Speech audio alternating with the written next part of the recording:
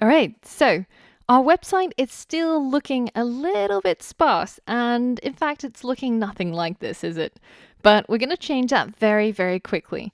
Let's go ahead and add the rest of the content in order to have all the images that we need for our top section. Now, in this lesson, if you look at the resources, you'll find a zip file that you can download. And once you extract that zip file, you should now have a folder called CSS My Site Images. Now, if you double click on this folder, you'll see two images. One is a cloud and another is a mountain. And we're going to try and recreate the scene that they've got over here. So let's go ahead and add those images to our project folder. So if you pull up Atom, and find your project folder, then we're going to go and create a new folder in here called Images. And inside this Images folder is where we're going to drag and drop those two PNGs, the cloud and the mountain. So we're going to put it inside here so that we can use it inside our website. So now we're going to go ahead and add our images so that we have an image of a cloud at the top of our top container. So the source will be images/cloud.png, and the alt text will just be cloud image. And we're going to have another cloud below this paragraph tag. And finally, we're going to have an image of our mountain right at the bottom. So that will be images/mountain.png, and the alt text will just be mountain image. All right, let's hit save and let's refresh to see what our page looks like right now. Now, it looks a little bit weird, right? Why is it that this cloud is taking up its own line and it's not next to either this heading or this paragraph tag, but this cloud is on the same line and next to this mountain image? What is going on here? Well, to understand this, we have to look at the CSS Display Property. Now, the Display Property has 4 different values, and we're going to look at them in turn and see what each one of these does. Now, if we switch on pesticide again, you can see that the box around the cloud is only as large as the image, as is the box around the mountain and this cloud. But the box around the H1 and also the paragraph element, they're as long as the width of the page. So what's going on here? Well, by default, some elements are what's called block display. For example, this H1 and this paragraph tag. And block elements are those that take up essentially the whole width of the screen on a web page. So effectively blocking out any other elements from sitting next to it on the left or on the right. Now, the most common block elements that we would have seen already are our paragraphs, our headers, so H1 through to H6, our divs, our lists and list items, as well as forms. And if we head over to CodePen, and I'm just going to create a new anonymous pen. Let me just get rid of the JS editor, and I'm going to have my view with my editors on the right. So now I'm going to go ahead and create 2 block elements. So we know that paragraphs are block elements. So let's create a paragraph called hello, another one called world. Now, if I select the paragraph tag in my CSS and I give them both a background color of, say, red, then you can see that the entire paragraph takes up the whole width of the web page. So it's blocking any other element from being on the same line next to it on the right or on the left. Now, here's a related problem. Say if I wanted to look at this paragraph tag, which we now know to be a block element. What if I wanted to style the pro part of it differently from the rest of the words in this paragraph tag? How can I only target one part of this paragraph tag? How can I say, for example, underline the word pro so that it says a programmer, but style these 3 characters differently? Well, some of you might think that I could just split up this sentence into 3 paragraph tags. So what if it was a plus a space, then it was pro, and then it was grammar. A programmer. So now I've got this separate paragraph tag for the word pro, and I can give it a class of, say, just the word pro, and I can go into styles and style it differently from the others. So I can say .pro, and this one, if you do a little bit of research on Google, you'll find that in order to make it underlined, you just have to change the text decoration to underline. Now, what happens in this case? Let's check it out. You can see that because the paragraph element are blocking elements, they take up the entire width and they block everything else from being on the same line as themselves. This doesn't actually work. Even though we've been able to target just one part of that line, we can't have it looking like this. So let me show you the solution. Instead of having 3 paragraph tags, so let's just undo this to where we were before. We've got a single paragraph element. What we can do is we can use another HTML element called a span. And inside the span, we can add that word pro, and we can give that span a class of pro.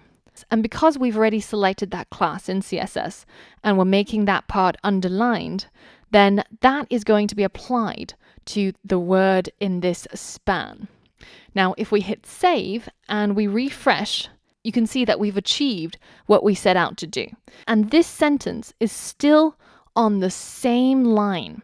Now, why is that? If we switch on pesticide once more, and I hold down the control key, you can see that over here, I'm hovering over the entire paragraph element. But one part of it has a span, and this allows us to select, almost like as if you would highlight a section of your text. Just select one part of the text in order to format it or style it differently. Now, the reason why I'm showing you this here instead of inside the HTML module is because spans like divs don't do very much unless they're used in conjunction with CSS. But another reason why I'm showing it to you now is because the span element is what's known as an inline display element. So unlike block display elements, for example, the heading and also the paragraph element, an inline display element only takes up as much space as it needs to in the height and in its width. So you can see that the box around the span is only as large as it needs to be, as is the box around our cloud and also our mountain. So some of the common inline elements that you're going to come across are things like spans, image elements, and also your anchor tags. If you think back to our CV website that we created in our HTML module, the links for our hobbies website and our contact me website, they show up next to each other. And this is because they are inline elements and they do not block other elements from occurring on the same line. In fact, they encourage them to. And so this is why they're called inline elements. Now, if we head back into our code pen and we create another span. Now, while you can have spans that are nested inside paragraph tags or H1s or whatever else it may be, you can also have them as standalones. But you can see here, if we select our span element and we also give it a background color, then you can see that these elements are in line. And even if we had a whole bunch more of these spans, they would continue to be stacked onto the same line until we run out of space horizontally. Now, you might wonder, why would we ever use block elements if we can simply use inline elements? Surely it seems far more flexible. Well, there's just one problem. With inline elements, you can't actually change the width. So if I said the width of all the spans should be 100 pixels, you can see that absolutely nothing happens. But if I specify a width, the same width, to our block elements, then you can see that it complies very eagerly. But it still doesn't let any other element sit on the same line. So what can you do? Well, you can actually change the display property of any given element.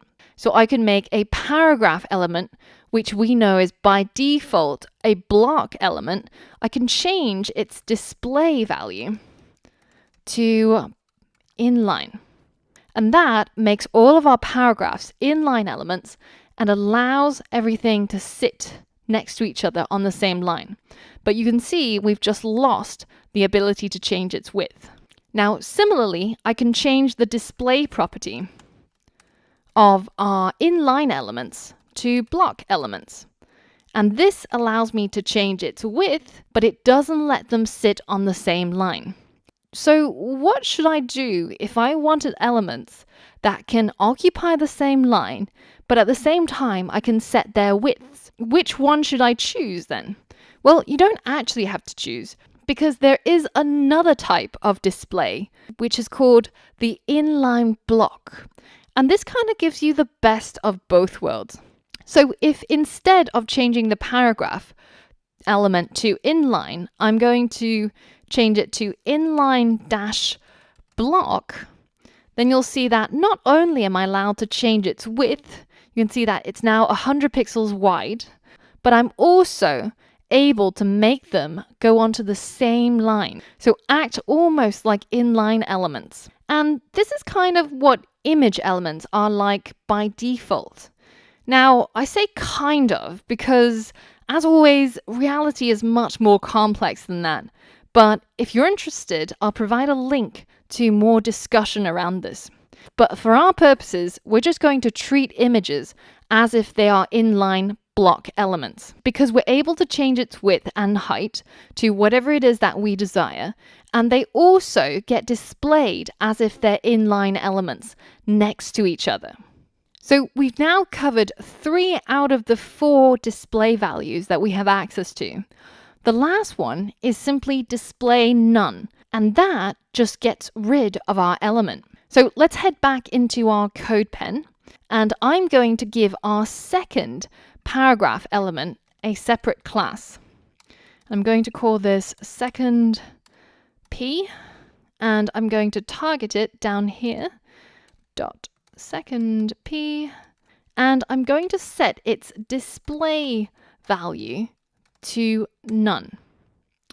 And you can see what that does is that it simply removes that element from the website as if it didn't exist. So if I get rid of this display block and allow our spans to continue being inline elements, you can see that there's no gap between the first hello and the second hello. That world paragraph has now completely disappeared out of the flow of the document, as if it never was written inside the code. It's almost like I've just gone ahead and deleted it from the HTML. But of course I haven't. And all that I've done is just set its display value to none. Now, when you're trying to figure out how to hide things on your web page, for example, if you had a quiz, then you might want to hide and show the answer. There's 2 ways that you can do this. One is display none, as you've seen here, which takes that element out of the flow and it's as if it never existed. The other one is a property called visibility. And this you can set to hidden.